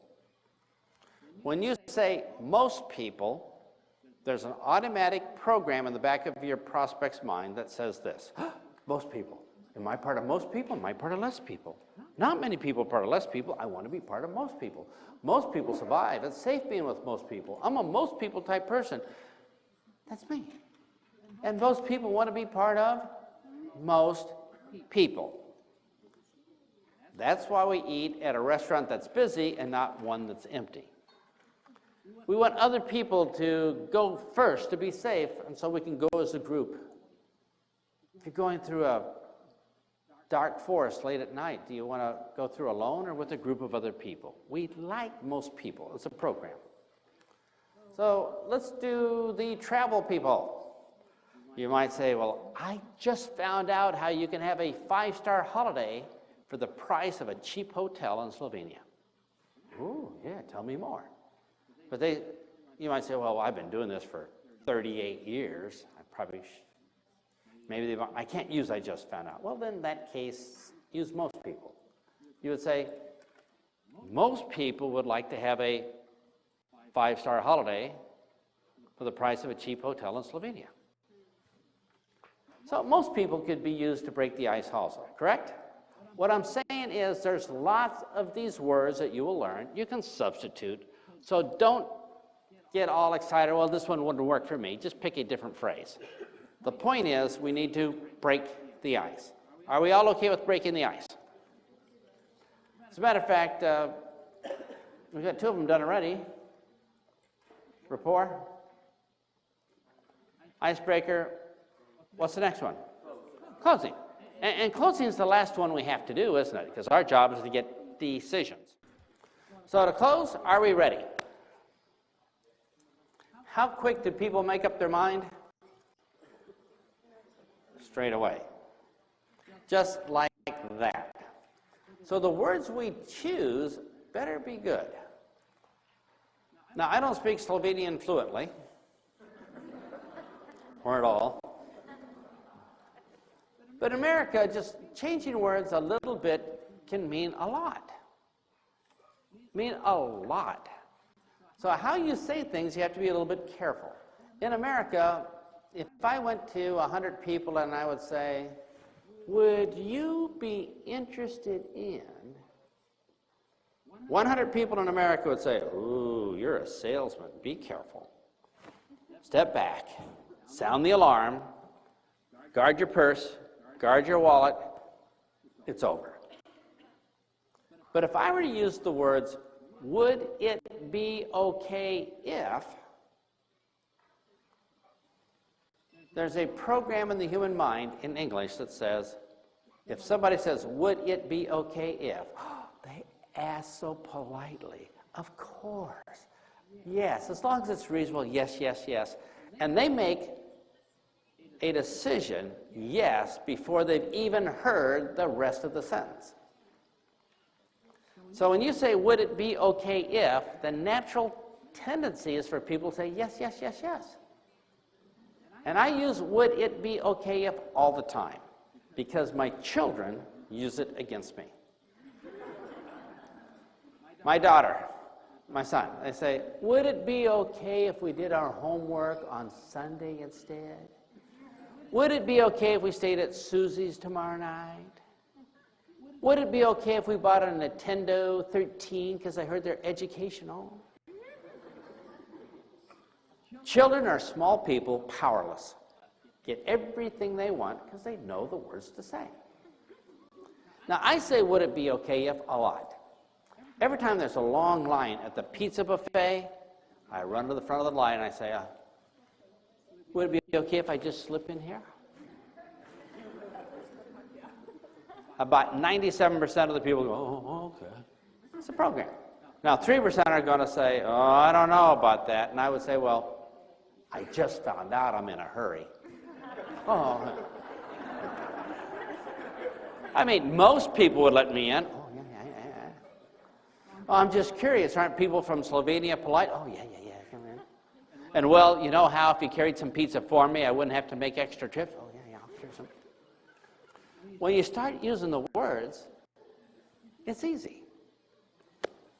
So the phrase we're going to use for closing this afternoon is, would it be okay if? The answer in their mind is yes immediately. So let me try a couple things here. Would it be okay if you could double your retirement? Would it be okay if you could get a discount every time you went to get a massage or your nails done? Would it be okay if you could save money on almost everything you buy? Would it be okay if you got a better price online than you could buy locally? Would it be okay if your kitchen made you smile every time you walked in? Would it be okay if you had a modern kitchen instead of the old-fashioned kitchens from 30 years ago?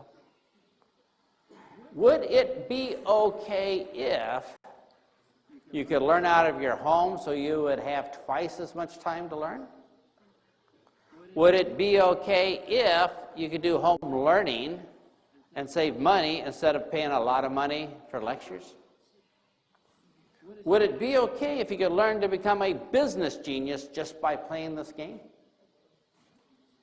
Would it be okay if you use the words that sell book to double your closing rate?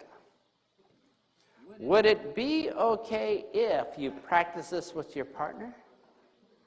Would it be okay if you turned to your partner now and said something? And would it be okay if you couldn't think of anything to say, then simply turn to your partner and say, would it be okay if you go first? So are you all ready? Turn to your partner and try a couple would it be okay ifs. Let's begin. If you would do me a favor and pull out a piece of paper with nothing written on it, a blank piece of paper. And on this blank piece of paper, we're only going to write a few words, and we're going to do high-level ninja magic. How many people here are ready to do some high-level ninja magic? All right. So, are you ready? We're going to write one period, one full stop, and we're going to write in, I am just curious. That's only 4 words in English. I am just curious. Now, if you don't want to use that phrase, let me give you another one that you could use. In brackets next to it, write, well, you know how. Well, you know how. But we're going to use I am just curious today, but we could use many phrases, right? So after number 1, I am just curious, what step does that cover? Rapport. What's step number 2? So number 2, full stop, I just found out. I just found out. Now you're thinking, oh, I don't want to use that. All right, in brackets, you could use most people. That would help. But for today, we'll just say, I just found out. So that took care of our icebreaker. What's the next step? Closing. So 3, period, full stop. Would it be okay if?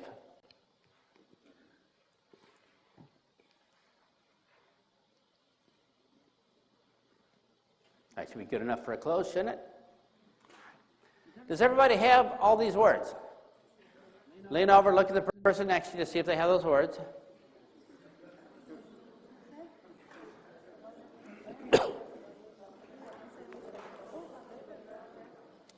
Okay. Everybody have them? Put your pencil down, or your pen, lean back, relax. You've done all the hard work, it's over.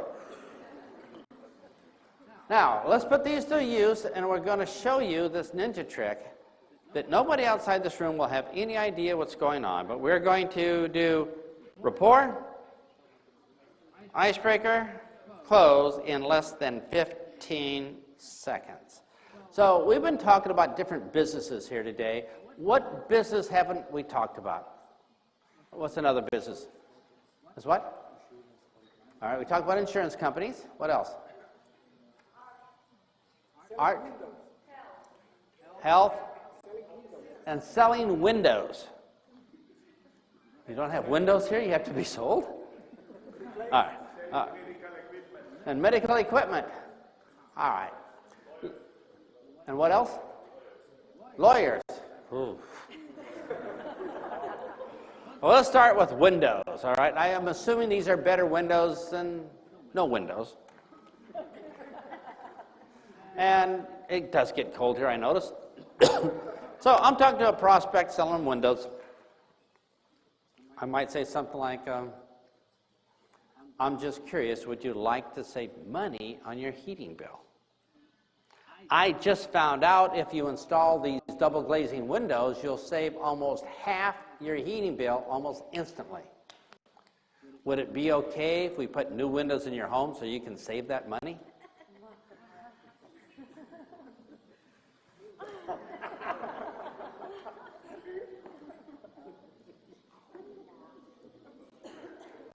Oh, I wish you could see the looks in your faces.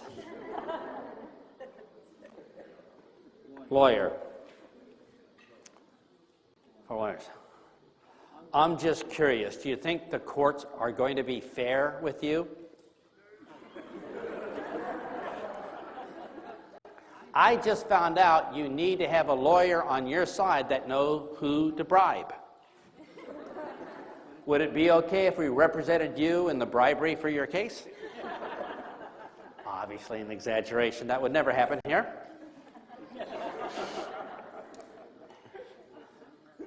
I'm just curious, do you think you've been treated unfairly? I just found out that it's hard to get your rights unless you have a lawyer presenting for you. Would it be okay if we represented your case so at least you get a fair hearing? What was the other one we had? Medical equipment. All right. So to the doctor, I'm just curious, are you tired of losing your patients because they die quickly? I just found out with this medical equipment you can save some of their lives. Would it be okay if you had it installed tomorrow before you lose all of your patients? What's another one? Travel? Yeah. I'm just curious, does this weather depress you? I just found out you could be in Egypt for less than the price of a cheap hotel room. Would it be okay if you booked 3 days there for this weekend? I'm just curious. Would you like to take care of your family if it didn't cost a lot? Well, I just found out how you can combine your insurance and your retirement into one low payment so you still have money to have fun. Would it be okay if I showed you how to do that tomorrow night? I'm just curious, how many people here would like to make your business better? Well, I just found out if you use the book Words That Sell, you'd have a great sales presentation, so you'd double your income. Would it be okay if you started reading it right away tonight? I'm just curious, how many people here think you could earn more if we learn more? I just found out how you can do it from the comfort of your home, watching your computer screen instead of going outside in the cold to some university. Would it be okay if you started learning right away this evening? What other industries do we have? Oh, coupons. I'm just curious, you like to save money. I just found out I can get a discount every time you go shopping, get your nails done, or get a massage. Would it be okay if you got some of these coupons right away?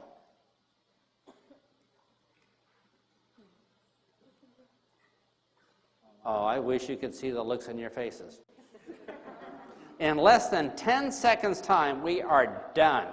And we're face to face in front of people. We're going to be twice as good as the commercials. And you're saying, just those words do it? Yeah. Or other words. Let's use some of those other words. Remember those? You might say, well, let's go to the travel people. Well, you know how it's cold and miserable here for another 3 months? Right? Most people would like to take a few days off in Egypt, especially if it was cheap. Would it be okay if I showed you how to have a 3-day weekend for less than the cost of a flight?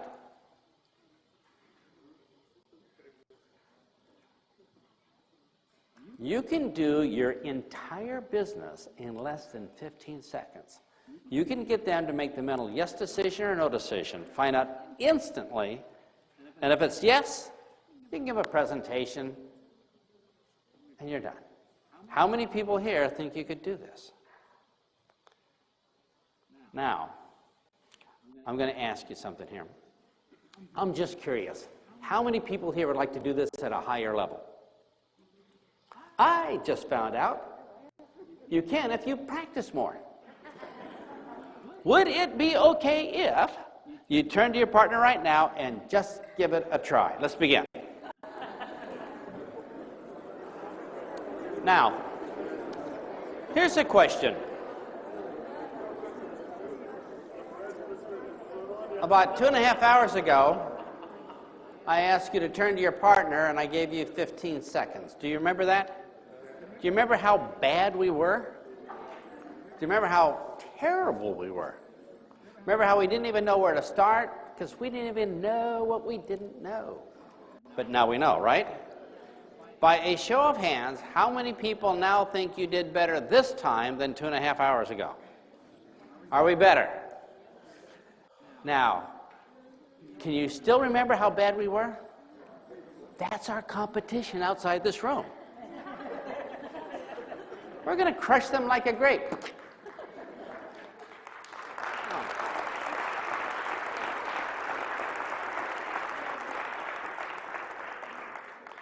So how many people here think that we are so far ahead of our competition they don't even know what's going on? Oh, and don't tell them. They won't believe you. I mean, go out and say, oh, people don't use any information. They go, what? People make up their minds right away. What? They're going to think you're crazy. But they're the crazy ones, aren't they? They're the ones that believe that people make up their minds 45 minutes later. Oh, come on. That's just stupid. We are going to change our business by doing this. Now, if you're here today, and maybe you're not a salesman, maybe you're a business person, and you say, well, I have a lot of stuff to do. I'm not a salesman. I don't know if I can remember these 13 words or how it would. All right, relax. Relax. You can do this a little at a time. You don't have to do it all right away. Maybe you just create better rapport with everybody you meet by saying, I am just curious. Everybody you meet for this week, just start your conversations by, I am just curious. Not to sell, but just to start conversations. How many people here could start your conversations this week by saying, I am just curious? And at the end of the week, it's almost a habit. And at the end of the week, you're saying, hey, nobody got mad. Everybody was nice to me. I think I'll keep using that. What are we going to learn to say week number 2? I just found out. So week number 2, you say to everybody, I just found out. And when they say, what'd you find out? You say, oh, I don't know. You have to wait till next week. What I'm saying, you can do this a little at a time. But if you're a salesman or a business person that's really serious, you want to get these 3 things done right away. In less than 15 seconds, people have made their decision to do business with you or not. I wish I could tell you otherwise, but it's not true. They make up their mind right away. Are we all in agreement with that? So at the end, you're probably asking this question. Wait a minute. So I say, would it be okay if there's 3 possible answers they can come up with? Number 1, yes. If they say yes, could you take it from there? Could you handle that? Yeah. If they say yes, you say, hold the pen, I'll wiggle the order form underneath. If they say yes, it's easy. You all know how to handle that. What if they say no? You're done. You don't have to give them a presentation. You're done. Save 2 people valuable time in their life. So if I was the coupon lady, I'd say, I'm just curious, would you like to save a lot of money on just about everything? Well, I just found out if you use these coupons, you would. Would it be okay if you got some coupons from me? And they say, no, I'm a full-time loser. I make bad business decisions. I'm stupid. I want to fall on a sword. Would you hold the sword for me? I don't think I'd give them a presentation. You say, well, that's nice. I was just curious. You're done. How many people here feel relieved you never have to do another presentation to somebody that's going to say no? Now, the third thing that they could say, and the most common, is they say, well, it sounds good, but I need to know more. Do you think you might hear that? Now, if somebody says, sounds good, but I need to know more, that is a yes. Because if it was a no, they wouldn't be asking for more torture. They say, go away. So if they say, I need to know more, that means yes, yes, yes, I've made a yes decision, but I need to have some more information to feel good about my decision so I don't look stupid, right? I'm an insurance person, I give them €1,000, and I go home, and my wife says, so what did you do today? I met a salesperson and gave him €1,000. Well, what was it for? I forgot to ask. What was the name of the company? Oh no. My wife's not going to be happy, is she? So people sometimes need more information because maybe their parents said, oh, never make a decision till you think about it first, get more information.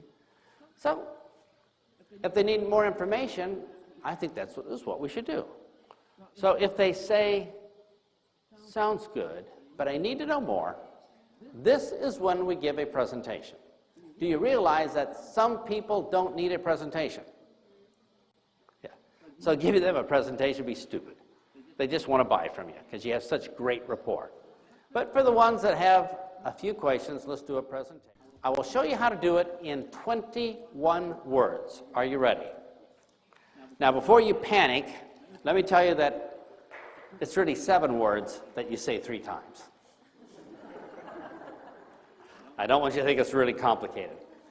So here is the first words for any presentation, and it disables the salesman alarm. If somebody has a sales alarm, oh, like this, you say these 7 words, and it goes away. Let me give you the history of these 7 words. Do your prospects need to know everything you know about your product or business? No. So how do you know what parts they want to know? We ask them. And here's the first 7 words. What would you like to know first?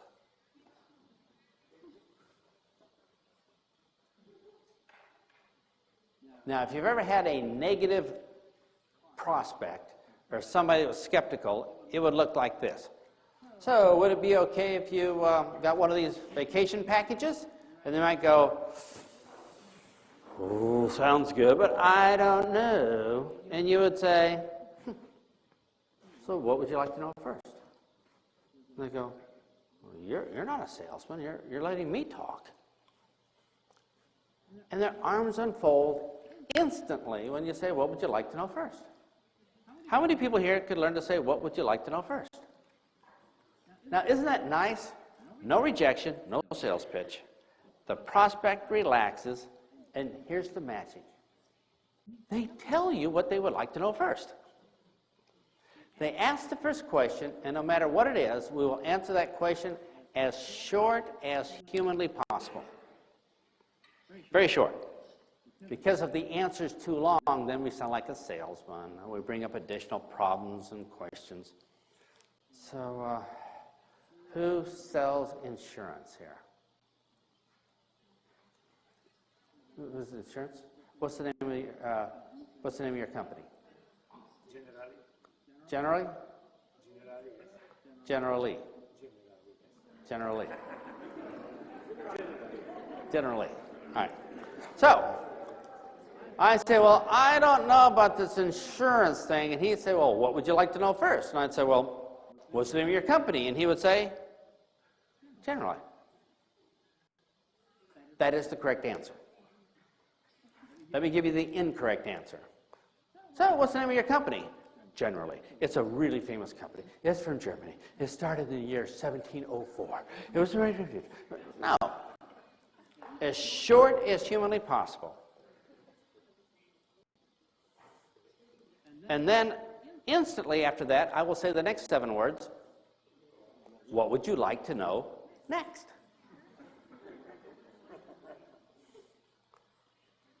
What would you like to know next? And you're thinking, how do you come up with this? And I will ask, what would you like to know next, over and over and over again until there's no more questions. So who's the lady with the coupons? All right, so the lady with the coupons, I said, well, I don't know. I'm not really sure.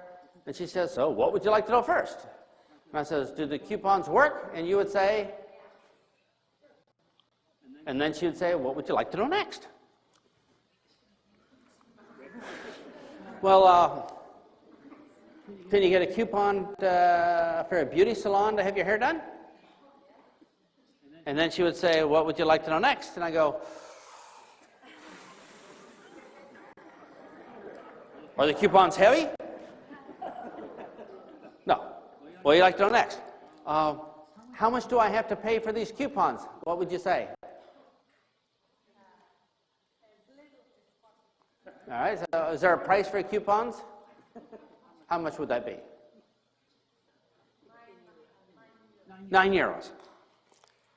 All right. Okay, €9. Then I'd say, she'd say, what would you like to know next? And I'd say, well, is there financing on the €9? And she'd say, no, the banks won't loan you the money. What would you like to know next?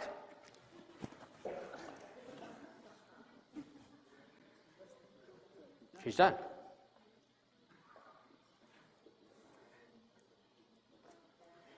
Insurance people. So what would you like to know next? Well, is it a good company? Yeah. What would you like to know next? Well, if I die, will they pay money? Yeah, that's how it works. What would you like to know next? Well, if I don't die and live forever, what happens then? Don't know, it's never happened. What do you like to know next?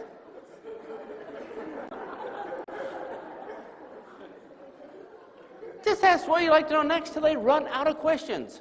Kitchen people. Are these sinks really modern? Yeah. They're not like the communist era sinks? No. What do you like to know next? Will the banks finance a whole kitchen? Yes. What do you like to know next? Which bank? Bank of Slovenia. What do you like to know next? You're only going to tell them what they want to know, and that's the most polite thing you can do. So that brings us up to the last 7 words. When they run out of questions, you're going to say, what would you like to do next? What would you like to do next?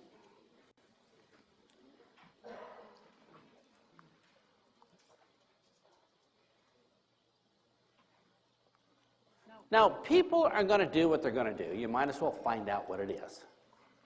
They've already made a yes decision, or else they wouldn't even be asking you questions. All you want to know now is very politely ask them what they would want to do next. Doesn't that seem fair? So let me give you some possible answers that you will hear. So what would you like to do next? Well, guess I'd like to get it and get started. Or, what would you like to do next? Could we wait till Friday? I get paid on Friday. Oh, okay, Friday's a good day. What do you like to do next? Well, I like to see if there's other people involved in this business. All right, we have a meeting next Tuesday. You can meet a bunch of people. I'll pick you up. What do you like to do next? Well, I'd like to think it over. Oh, okay. Think it over until when? The holidays. Which holidays? Christmas 2025. Okay. Do I call you or you call me? What do you like to do next? Well, I like to take really expensive vacations where I lose all my money and I stay at a really terrible place. Fine. That's okay. You're just trying to find out what they want to do next. How many people here think you could do that? What do you like to know first? What do you like to know next? Over and over again until they run out of questions. So what do you like to do next? Lawyers. Well, would it be okay if we became your lawyers for your case? Oh, I don't know. Well, what do you like to know first? Well, have you ever represented other clients like me in court? Yeah, we do it all the time. What do you like to know next? Well, what happened to your other clients?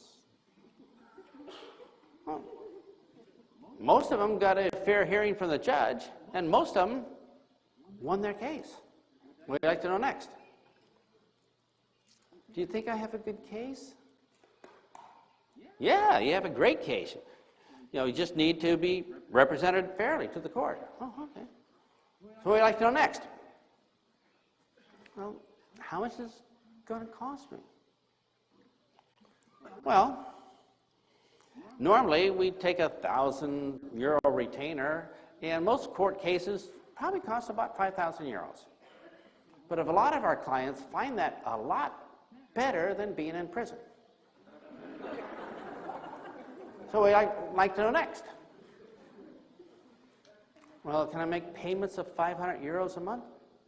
Yeah. What would you like to know next? Guess that's it. So, what would you like to do next? Guess I gave you the 500 euros. We need to get started. How many people here see a way of presenting that's so conversational, so normal? You don't need flip charts and sales presentations and all that useless stuff that doesn't have anything to do with their decision. So are you all ready? I'm going to ask you to grab your partner, and your partner will take the dramatic pose and say, oh, I don't know, I need to know more. So it looks like this. Your partner's going to go, oh, I don't know, I need to know more. All right? And you're going to say, what would you like to first? You know how it works. Everybody ready? Let's begin. Okay, how did we do? How many people now know how to do a presentation with as little as 21 words? Does that take the fear out of all the salesmanship? You can do this over the telephone, you can do it in person, you could do it online and e-commerce. You could teach salespeople who sold kitchen sinks to do this. So let's review before we bring Alesh up here. Number one, how many people here learned something today that you didn't know before? Do you think some of this might have been holding us back from where we wanted to be? But there's lots that's holding us back from where we want to be, and as we continue to remove these things, we get closer to where we want to be. The only thing between us and where we want to be is just a bunch of stuff that we don't know. And if we knew it, we would be there. So I want to encourage everybody here to be dedicated to a lifelong career of learning cool stuff to say and do to move your business forward. How many people here wish that you had a friend that was here today to help their business? Wouldn't that have been nice? So could you do your friend a favor? Tell them to get on the email list of the LESACs, so the next time there's a workshop like this, they have the opportunity to learn. Now, it's up to them if they want to do it or not, right? But at least they have the opportunity to say, no, I want to just stay behind where I am. I don't want to move forward like the rest of the people here. So I'm just curious, how many people here feel a little bit sorry for the folks that were not here today? Now, I just found out that we can manipulate them at will and get them to do anything we want. So would it be okay if we practice our skills with them when we get home? Yeah. This is the easiest way to help implement what Alesh taught you this morning, which is to make money right away. This only takes 15 seconds, doesn't it? So you talk to your old customers, boom, boom, boom. New customers, boom, boom, boom. It's over that quick, and you can control that time. How many people here are surprised that the back of your mind makes all decisions automatically based upon pre-existing programs? Once you know that, you won't waste time with presentations. That does nothing to do with it. I'll show you how presentations have nothing to do with the decision. I'm Pat. December 31, New Year's goal. I am going to work out. I'm going to exercise every day. I'm going to starve and eat funny food. This year I'm getting in shape. The back of my mind comes up with a program, one word. Donuts. And your stupid little presentation, ka-ping, gone like that. Anytime you waste talking to the conscious mind with a presentation is wasted time. Their decisions, automatic, pre-existing programs. And they automatically make decisions I want to be with most people. They make decisions that, oh, would it be okay if, well, I'll try the best I can, yes. Or, I'm just curious, oh, you're so polite. Or, well, you know how? Well, it must be true because I believe it. These are automatic decisions by the human mind. You can control that. You can control your business. So here's your chance to be rich. So I'm just curious, how many people just can't wait to leave here and start messing with people? Because I just found out that all these techniques work best when you use them. So would it be okay if we spend the rest of our life learning more ways to mess with people so we can design the world to our will? Thank you very much.